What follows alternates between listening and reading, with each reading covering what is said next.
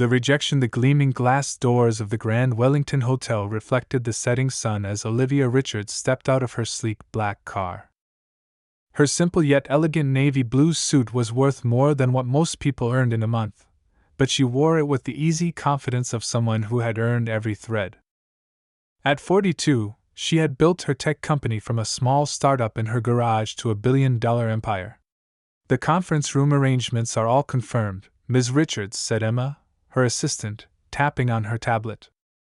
"We have the deposit receipt right here." Olivia nodded, her natural hair styled in a neat professional look that had become her trademark in the tech world. The clicking of her heels echoed across the marble floor as she walked into the hotel's grand lobby. Crystal chandeliers hung from high ceilings, and plush red carpets stretched across the floor. This was exactly the kind of place she needed for next week's tech conference. At the front desk, a thin man with graying hair looked up from his computer. His name tag read Richard White, manager. His eyes moved from Olivia to Emma, then back to Olivia. His smile didn't reach his eyes. "Good evening. I have a reservation for the conference facilities and a suite," Olivia said, her voice calm and professional. "Under Richards." White's fingers moved across his keyboard with exaggerated slowness. "I'm afraid there must be some mistake. We don't have any reservations under that name." Emma stepped forward, frowning. "That's impossible. I made the booking myself. We have the confirmation email and receipt for the deposit." She held up her tablet, showing the documents. "Perhaps there was a computer error," White said, his voice dripping with fake sympathy. "Unfortunately, we are fully booked for the next 2 weeks. Both the conference facilities and all our rooms." Just then, a white couple walked through the front doors, pulling their luggage. The woman approached the desk next to where Olivia stood. "Do you have any rooms available for tonight?" she asked. White's face transformed into a genuine smile. "Of course, madam. We have several excellent suites available. Would you prefer a city or garden view?" The air in the lobby seemed to freeze. Emma's face flushed with anger, but Olivia remained perfectly still, her expression unchanged. She had seen this before many times before. Each time it stung, but each time she grew stronger. "I see," Olivia said quietly. She reached into her designer bag and pulled out her phone. "I'll need your full name, Mr. White, and your employee ID number." White's smile vanished. He pressed a button under his desk. "I'm afraid I'll have to ask you to leave. Security will escort you out." 2 large security guards appeared almost immediately. They didn't touch Olivia or Emma, but their message was clear. "This isn't over," Emma whispered fiercely as they walked toward the door. "No," Olivia agreed, her voice steady. "It's just beginning." Outside, the sun had set completely. Olivia stood on the sidewalk, looking up at the historic building. 20 years ago, she had been a poor college student, coding in her dorm room, dreaming of changing the world through technology. Now she was worth $4.2 billion, and people still thought they could treat her like this. Emma was already on her phone, voice shaking with rage. "I'm calling our lawyers. We'll sue them for discrimination. We have the receipts, the confirmation emails, witnesses." "No," Olivia said quietly. Emma stopped mid-sentence. "No?" she asked, confused. Olivia smiled. It was a small smile, but it held years of determination, of fighting against prejudice, of winning despite the odds. "I have a better idea. Call James in acquisitions. Tell him I want everything he can find about the Grand Wellington Hotel. Ownership, finances, debts, everything. You're not thinking of." Emma's eyes widened as she understood. "The best revenge isn't getting angry," Olivia said, turning to walk back to her car. "It's getting even.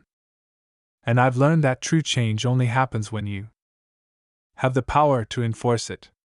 As her car pulled away from the curb, Olivia was already making plans. Richard White thought he had won today. Soon, he would learn just how wrong he was.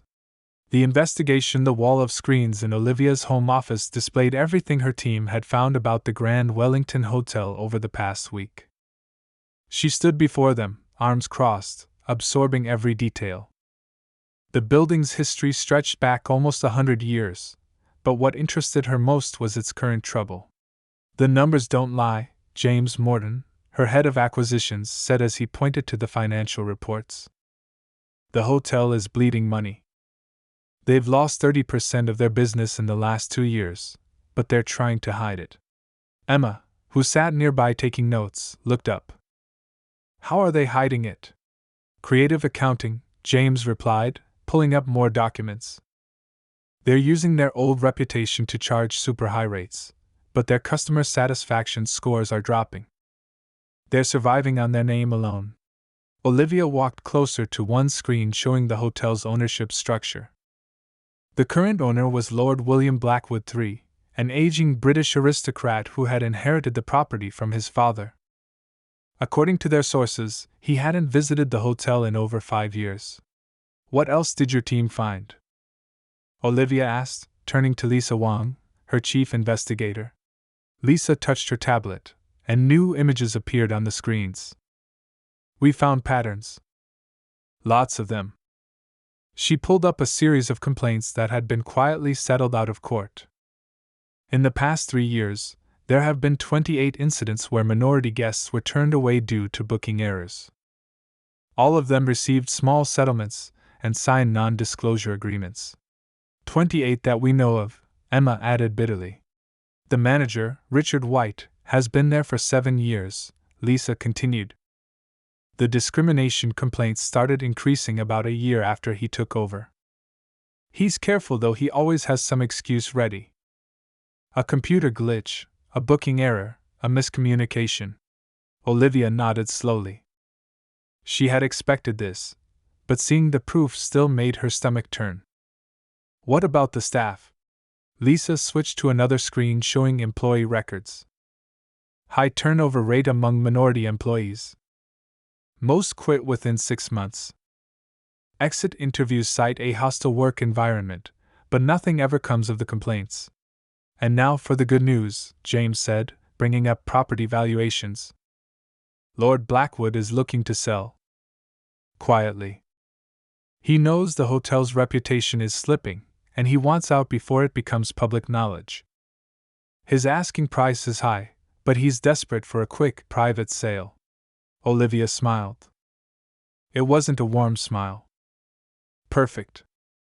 Emma, contact our lawyers. I want to set up 3 shell companies, make them look European. James, prepare the offer, but don't make it too good. Let's negotiate a bit to avoid suspicion." "What about the current staff?" Emma asked. "Don't touch them yet," Olivia replied. "White and his team need to think nothing has changed. For now, we gather evidence. I want everything documented, every incident, every complaint, every computer error." "We'll need it later." Lisa raised an eyebrow. "You're not just going to fire them?" "No," Olivia said, walking to her window that overlooked the city. "Firing them would be easy. But it wouldn't fix the real problem. The Grand Wellington isn't just a hotel, it's a symbol. Places like this have been excluding people like me for generations. We're going to change that, but we're going to do it right." She turned back to her team.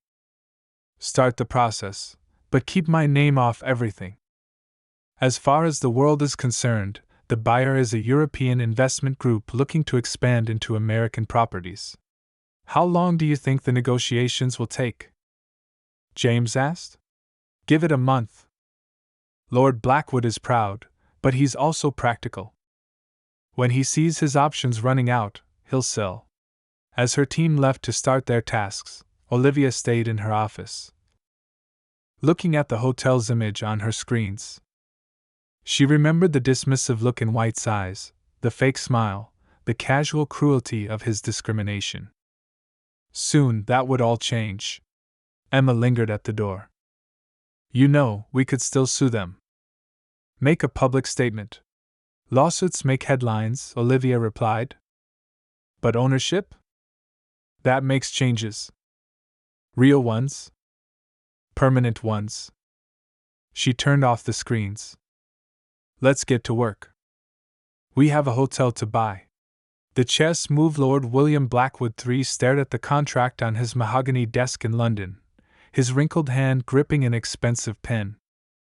3 different European investment companies had been fighting over his hotel for the past month. He'd watched them outbid each other with growing satisfaction, but now time was running out. The hotel's latest financial report sat unopened in his drawer. He didn't need to read it to know things were getting worse. The Atlas Group's final offer is quite reasonable, his lawyer said, standing by the window. Considering the hotel's current situation. Blackwood sighed and signed the papers. He didn't know that halfway across the world, in a sleek office overlooking the city, Olivia Richards smiled as she watched the transaction complete on her computer screen.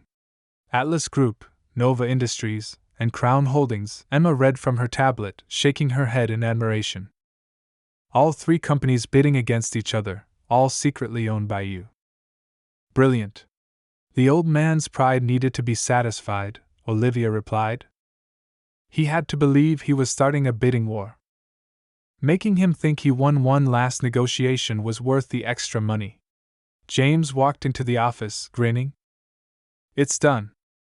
The Grand Wellington Hotel officially belongs to Atlas Group, which belongs to Nova Industries, which belongs to Crown Holdings, which belongs to me, Olivia finished. She stood up and walked to her window. From here, she could see the hotel's distinctive roofline among the other buildings. How long before the paperwork becomes public? At least 2 weeks, James replied. We buried it under enough legal layers to keep anyone from tracking it back to you. Emma was already working on her tablet. I've scheduled meetings with civil rights lawyers for next week. We'll need their advice on handling the discrimination evidence we've gathered. Olivia nodded. Good. Now comes the delicate part. Lisa, what's happening at the hotel? Lisa, who had been quietly monitoring her laptop, looked up. Manager White is running it exactly as before. Just this morning, he turned away an Indian family, claimed their reservation was lost. Used the same excuse he used on you. Send them an anonymous tip about a better hotel, Olivia said. Make sure they're taken care of. Add their case to our files. She turned to her team. For the next 2 weeks, we watch and record everything. I want every incident documented. Every discriminatory action, every lost reservation, every harassment case. What about the good employees? Emma asked. There are some who've tried to report White's behavior. Identify them, Olivia replied.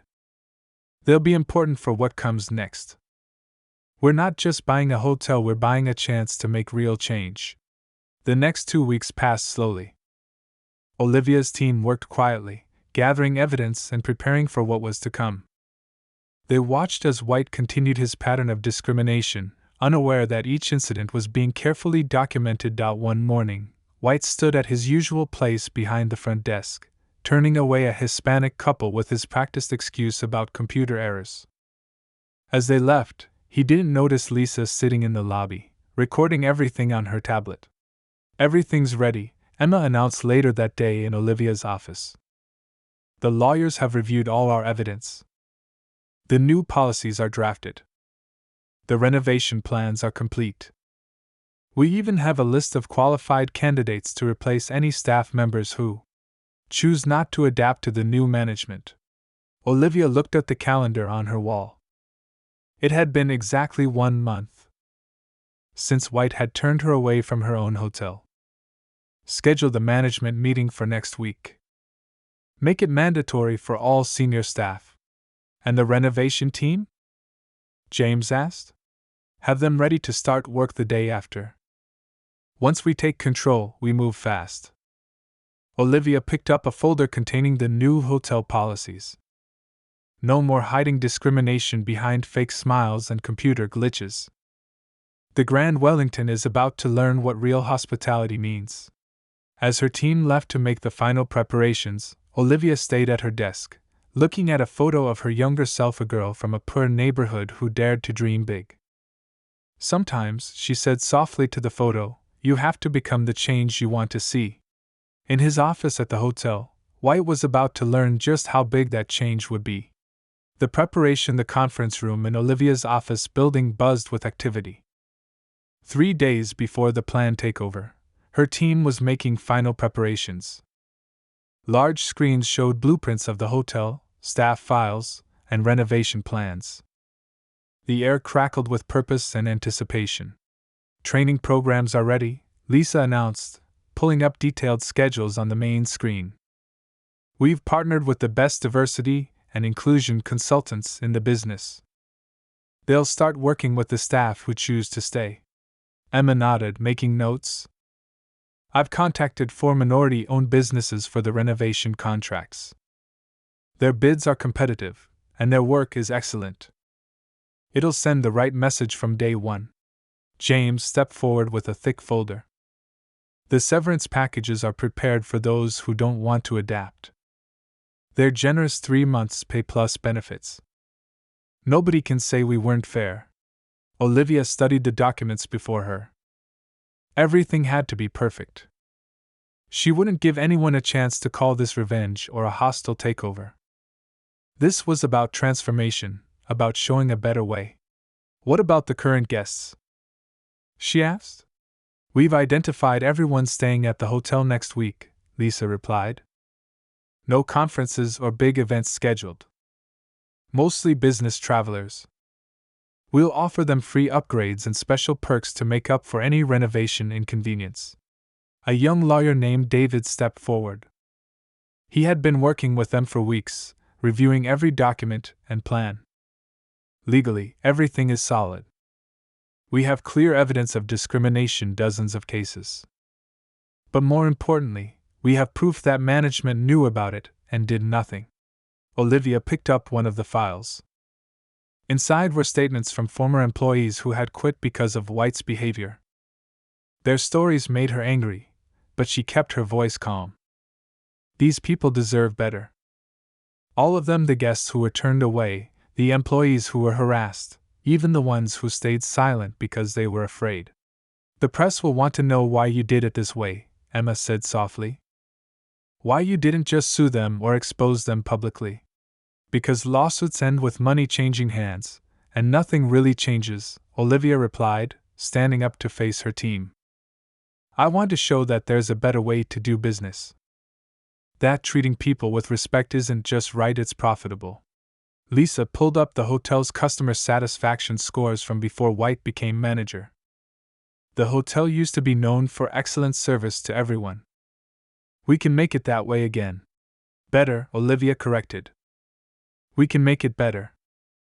The new training program isn't just about avoiding discrimination, it's about creating true hospitality.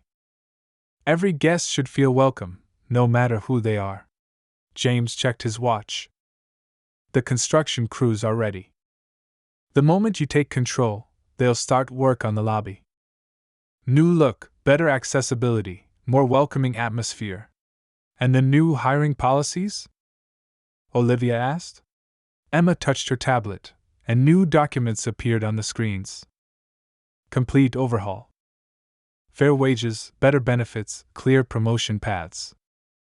We'll actively recruit diverse candidates, but every hire will be based on merit and attitude. Olivia walked around the room, looking at each screen, each file, each plan. 7 years of discrimination were about to end. But more than that, a new chapter was about to begin. One more thing, she said, turning to her team. After we take control, I want to find those people, the ones White turned away. Offer them VIP stays once the renovation is complete. Show them what real hospitality looks like. The room fell quiet. They all knew this wasn't just about business for Olivia. This was personal, but not in a way that sought revenge. This was about healing wounds and creating something better from the pain.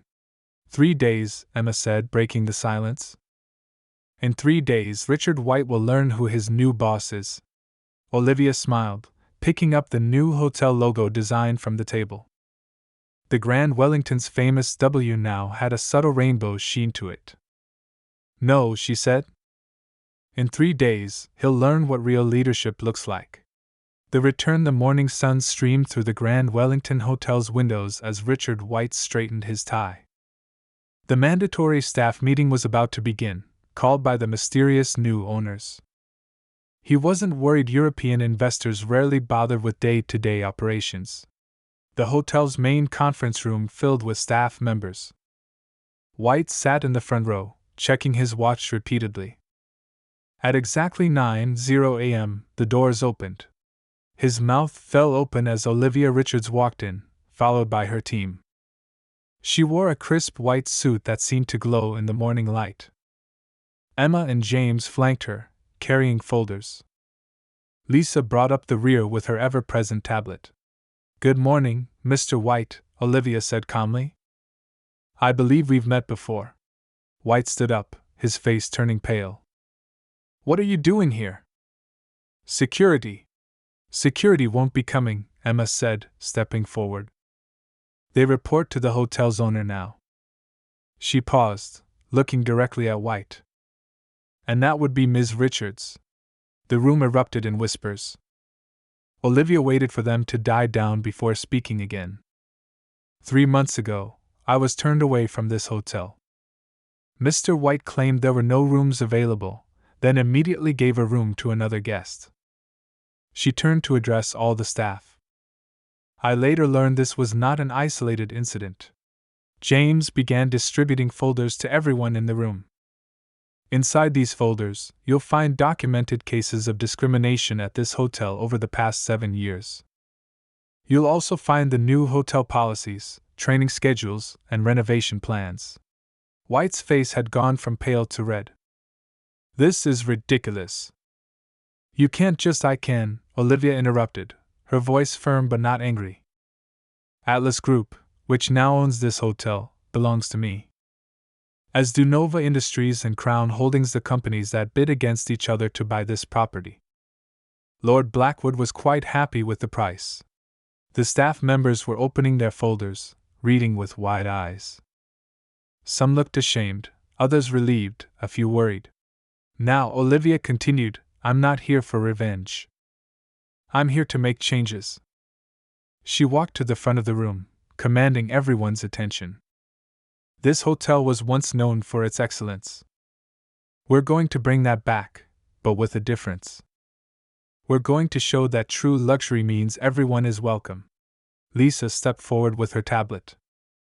"Starting today, all staff will undergo comprehensive training in modern hospitality practices. Those who complete the training successfully will receive raises and improved benefits. Those who choose not to adapt can accept generous severance packages." White jumped to his feet again. "You can't prove any discrimination. It was all computer errors, booking mistakes like this one?" Emma asked, pressing a button. The room's screen came to life, showing security footage of White turning away Olivia 3 months ago, followed immediately by him welcoming the White couple. "Or these?" The screen showed clip after clip of similar incidents, each carefully documented. White sank back into his chair. "Mr. White," Olivia said quietly, "you have a choice. You can accept the severance package and leave now, or you can take the training and prove you can change. The choice is yours." Without a word, White stood up and walked out of the room. Several other staff members followed him, but most stayed. Among them, Olivia noticed a young black receptionist trying to hide her tears of relief, and a Hispanic maintenance supervisor sitting straighter in his chair. "For those of you staying," Olivia announced, "welcome to the new Grand Wellington. Construction crews arrive tomorrow to begin renovations. But the real change begins with us, right now." She walked around the room, making eye contact with each person. "This isn't just about avoiding discrimination. It's about creating true hospitality. Every guest who walks through those doors should feel welcome, respected, and valued. As she spoke, she could see hope dawning on faces that had been beaten down by years of toxic management. This, she thought, was what real change looked like. Any questions? She asked. The young black receptionist raised her hand, her voice shaking slightly. When do we start? Olivia smiled warmly. We already have. The transformation 3 months after Olivia's dramatic revelation, the Grand Wellington Hotel hummed with positive energy. The sound of construction filled the air as workers installed the final touches of the renovation. The old dark wood panels had given way to warm, welcoming colors. The lobby now featured art from diverse artists, and signs in multiple languages welcomed guests. Maria, the young black receptionist who had stayed, smiled as she helped an elderly Chinese couple check in. 3 months ago, she would have been afraid to make eye contact with guests. Now, she stood tall at the new circular welcome desk, designed to feel more approachable than the old barrier-like counter. Your room is on the 4th floor, she said warmly, and David here will help with your bags. She nodded to the bellhop, who had just completed his guest service training last week. Olivia watched from across the lobby, sitting quietly in one of the new comfortable chairs. She came to the hotel regularly now, sometimes just to observe, other times to work directly with the staff. Today, she was meeting with her team to review their progress. Customer satisfaction scores are up 60%, Lisa reported, showing her tablet to Olivia. And look at these reviews, guests are specifically mentioning how welcome they feel. Emma nodded, adding her own report. Staff turnover has dropped to almost zero. The new benefits package and training programs are working. We've actually got a waiting list of people who want to work here. What about profits? Olivia asked, though she already knew the answer. James grinned, pulling up the financial reports. Up 40% from last year.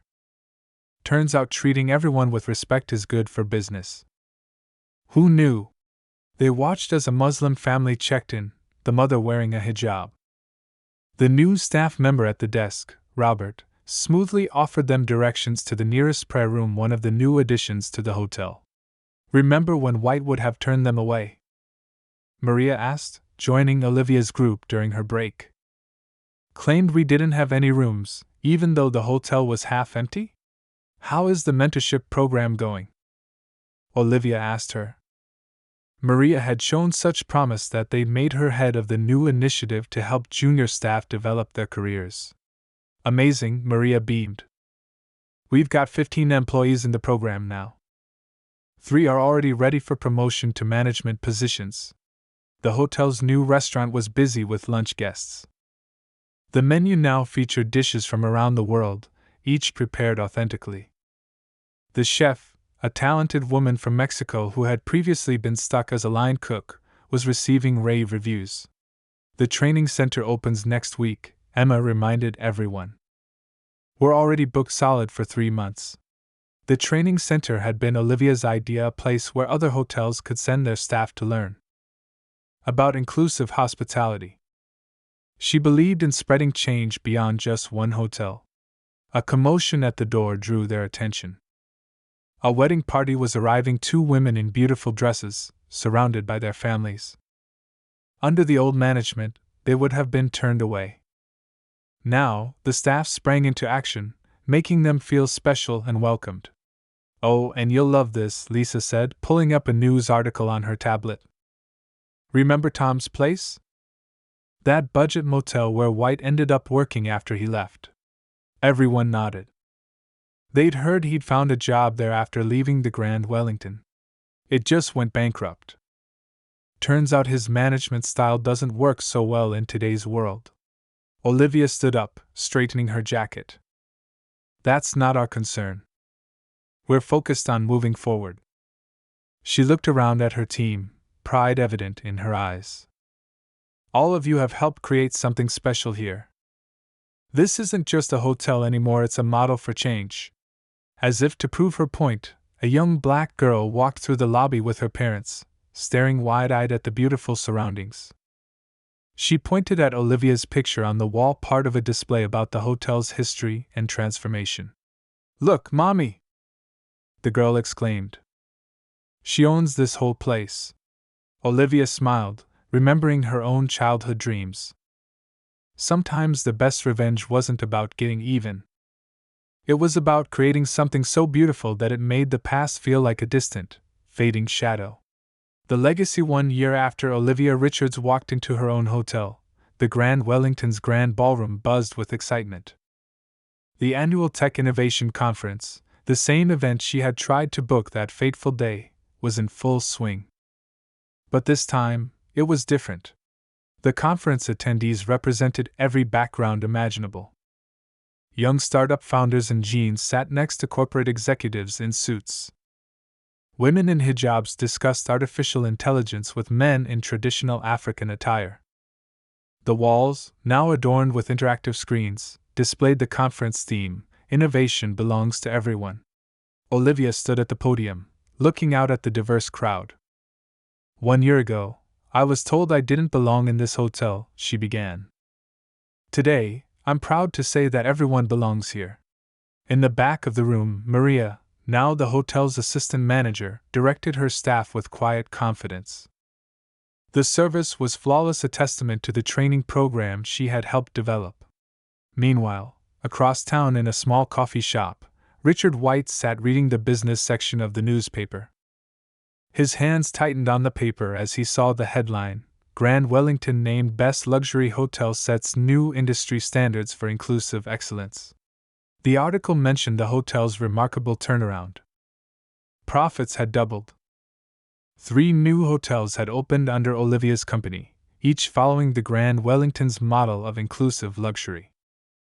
The training center had taught over 1,000 hospitality workers from hotels around the world. White remembered how he'd laughed when he'd turned Olivia away. Now, he served coffee and sandwiches at a highway rest stop, his management career in ruins. His old assistant had been right. Karma had a way of working things out. Back at the conference, Emma approached Olivia after her speech. "The European Hotel Group is here. They're ready to sign." Olivia nodded. Her company was about to partner with Europe's largest hotel chain, bringing her inclusive hospitality model overseas. What had started as one painful rejection was becoming a global movement. Lisa appeared with her tablet. "You need to see these numbers," she said excitedly. "The documentary about the hotel's transformation just won a film festival award. Millions of people are watching it online. And here's something better," James added, joining them. "Remember those 28 people who filed discrimination complaints under White? They're all here today, as our special guests." Olivia looked across the ballroom. She could see them, the Indian family White had turned away, the Hispanic couple he'd dismissed, all of them now enjoying the hotel's true hospitality. Many had become successful in their own right, and some had even started similar initiatives in their own industries.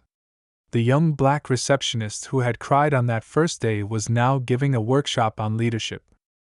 The Mexican chef was signing copies of her new cookbook in the hotel's restaurant. The Muslim family who had been welcome to use the prayer room had become regular guests, hosting their daughter's wedding at the hotel last month. "Ms. Richards," a small voice called. Olivia turned to see a young girl, maybe 10 years old, holding a notebook. "I did my school project on you. They asked us to write about someone who changed things for the better." Olivia knelt down to the girl's level. "What did you learn?" "That sometimes bad things happen," the girl said seriously, "but we can use them to make good things happen for everyone." Olivia smiled, remembering her own childhood dreams. "That's exactly right." Later that evening, Olivia stood in the lobby, looking at the wall of photographs documenting the hotel's transformation. The last photo showed the entire staff, a beautiful rainbow of faces, all wearing proud smiles. "Your father would be proud," Emma said softly, joining her. Olivia touched the old photograph of her father, displayed among the hotel's history. He had taught her that true success wasn't just about making money, it was about making a difference. "We're not done yet," Olivia replied, turning to look at the bustling lobby. "This is just the beginning." Outside, the hotel's news sign glowed warmly in the evening light. Below the name, small letters spelled out the words that had become the hotel's motto: "Welcome home, everyone." Inside, another family walked through the doors, looked around, and smiled. They knew they belonged here. Everyone did.